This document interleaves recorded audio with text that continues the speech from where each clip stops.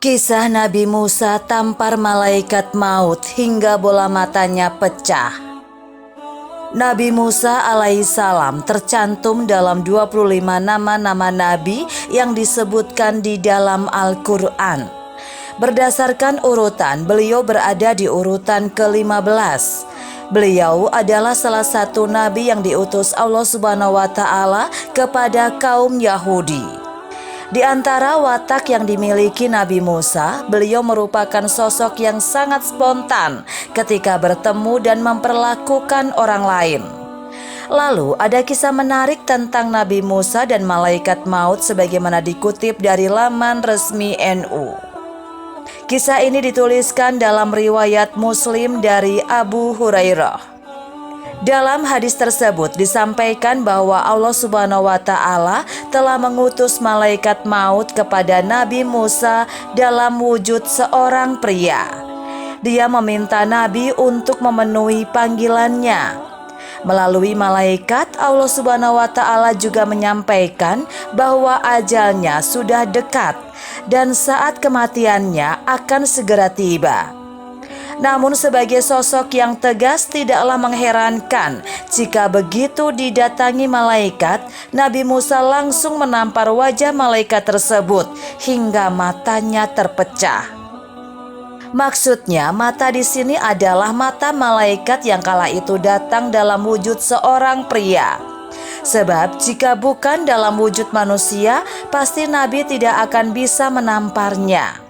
Mendapat tamparan dari Nabi Musa, malaikat maut pun kembali kepada Allah Subhanahu wa Ta'ala dan mengadukan hal itu.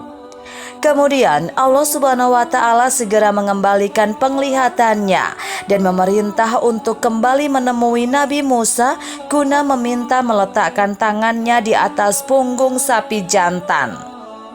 Dia menghitung bulu-bulu sapi yang tertutup tangannya. Setiap bulu yang tertutup dihitungnya sebagai tambahan usia 1 tahun.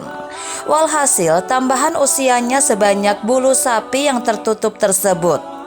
Namun Nabi tidak mengambil tambahan usia itu. Andai dia melakukannya, niscaya dia masih hidup hingga sekarang ini. Kendati demikian, dikabarkan bahwa setelah tambahan usianya itu tetaplah kematian. Nabi Musa memilih kematian dalam waktu dekat. Sebab tidaklah para nabi, rasul, dan orang-orang soleh berada di sisi Allah Subhanahu wa Ta'ala kecuali lebih baik dan lebih kekal.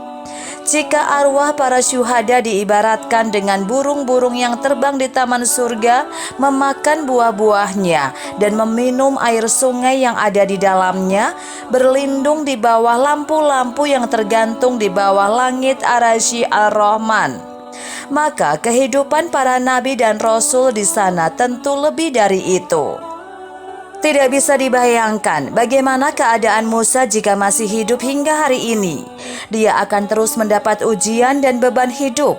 Artinya keberadaannya di dunia sebagai negeri tujuan dan kehancuran tidak akan lebih baik ketimbang keberadaannya di surga dan rahmat Allah Subhanahu wa Ta'ala bersama para nabi dan rasul yang lain.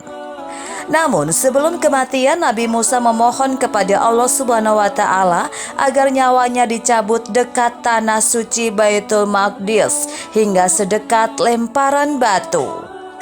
Baitul Maqdis merupakan tanah yang disucikan oleh 3 agama samawi, yaitu Islam, Yahudi, dan Kristen. Permohonan itu menunjukkan betapa cintanya Nabi Musa kepada tanah suci. Bahkan dikubur pun ingin di dekatnya. Tetapi Nabi tidak meminta Allah Subhanahu wa Ta'ala agar mencabut nyawanya tepat di dalam tanah suci itu. Sebab dirinya tahu bahwa Allah Subhanahu wa Ta'ala mengharamkan tanah tersebut pada generasi yang dijatuhi balasan atas ketidaktaatan mereka kepada Allah Subhanahu wa Ta'ala saat diperintah untuk memasukinya. Malahan mereka berkata, "Hai Musa, kami sekali-kali tidak akan memasukinya selama-lamanya, selagi mereka ada di dalamnya. Karena itu pergilah kamu bersama Tuhanmu, dan berperanglah kamu berdua. Sesungguhnya kami hanya duduk menanti di sini saja." Quran Surat Al-Ma'idah 5 ayat 24. Allah pun mengabulkan permohonan Nabi Musa alaihissalam. Rasulullah Shallallahu Alaihi Wasallam mengabarkan bahwa kuburannya berada di tanah suci Baitul Maqdis, tepat di serambinya yang ada pada gundukan pasir. Ditambahkan dalam riwayat itu, andai berada di sana, beliau pasti telah memperlihatkannya kepada para sahabat.